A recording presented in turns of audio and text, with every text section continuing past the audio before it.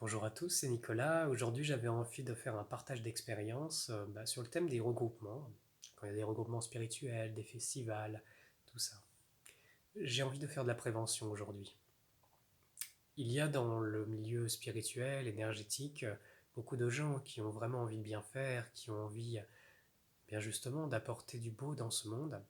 Mais beaucoup, et ça a été voulu, travaillent souvent avec des outils et des lignées spirituelles corrompues. Je vais donner un exemple très parlant. Admettons que vous allez, je ne sais pas, à un festival où justement il y a un feu sacré par exemple. Eh bien, imaginez que la personne qui va guider la cérémonie, elle n'est pas alignée. Elle a des cas de corruption avancés dans ses corps et elle est même sous emprise énergétique.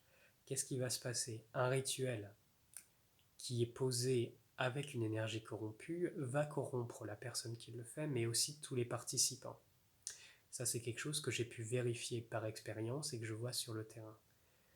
Donc, cette vidéo de prévention, c'est faites attention à la magie. La magie, c'est quelque chose qui se manie avec des courants d'énergie pure, pas avec des courants déjà transformés.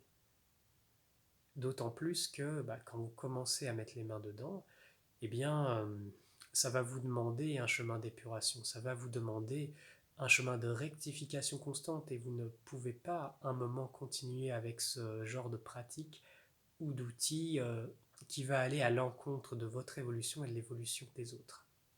Vous vous souvenez de cette phrase des aveugles qui guident des aveugles, ils tomberont tous dans le même trou. Souvent, je me sens béni d'avoir des yeux énergétiques pour voir parce que avant, j'aurais été aussi très naïf, je me serais dit ah, mais super, des gens qui ont envie d'œuvrer pour le bien commun, c'est super, j'ai envie de participer. Là, je me serais fait avoir. Et non pas que la personne qui guide ce genre de pratique soit mauvaise ou œuvre pour le mal. Non, c'est simplement qu'il y a eu très peu de prévention dans ce monde avec ça. Et beaucoup d'outils énergétiques ont été transmis à l'humanité pour la servir.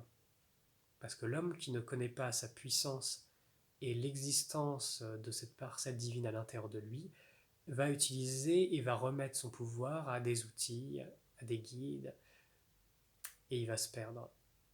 Je vous rappelle qu'on est dans un monde qui est sous allégeance luciférienne. Ça veut dire lumière inversée. Lumière inversée, c'est quoi? Glorification du moi, exaltation du moi, c'est l'ego. Donc ça veut dire au lieu que ce que vous faites revienne à Dieu, revienne à l'intelligence plus grande et que vous participiez à ça, eh bien non, vous récupérez pour vous le bien que vous avez eu envie de lancer. Donc ça fait grossir un ego falsifié et donc ça vous entrave. La deuxième chose, déjà, c'est vénérer les énergies universelles, donc c'est le vide. Le vide, sans la lumière, c'est une destruction, c'est une dissolution de l'ego. Mais c'est un piège parce que ça va vous asservir, et ça va asservir votre libre arbitre. À vous en croire qu'il n'y a rien à atteindre, qu'il n'y a rien à faire, que tout est déjà accompli, oui, c'est un point de vue, mais un point de vue dangereux.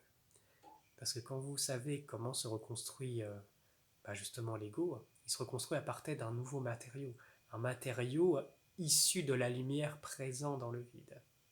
Donc ce n'est pas qu'une destruction, c'est une destruction, reconstruction, les deux à la fois, et pas juste un seul. Bien, la troisième falsification, c'est la liberté personnelle. J'en ai parlé dans bien d'autres vidéos, et là c'est un gros piège. Donc voilà, vidéo de prévention, faites attention aux courants énergétiques que vous maniez, parce que s'ils ne sont pas purs, vous allez vous corrompre et corrompre les autres, et vous allez à l'encontre, et vraiment à l'encontre de ce qui est prévu pour ce monde. Et surtout, vous allez être réduit en esclavage. Je vais donner un exemple très courant que je vois souvent. La flamme violette, si elle n'est pas issue de la lumière pure, eh bien, c'est un courant d'énergie qui a déjà été transformé. Déjà transformé, ça veut dire informé, programmé.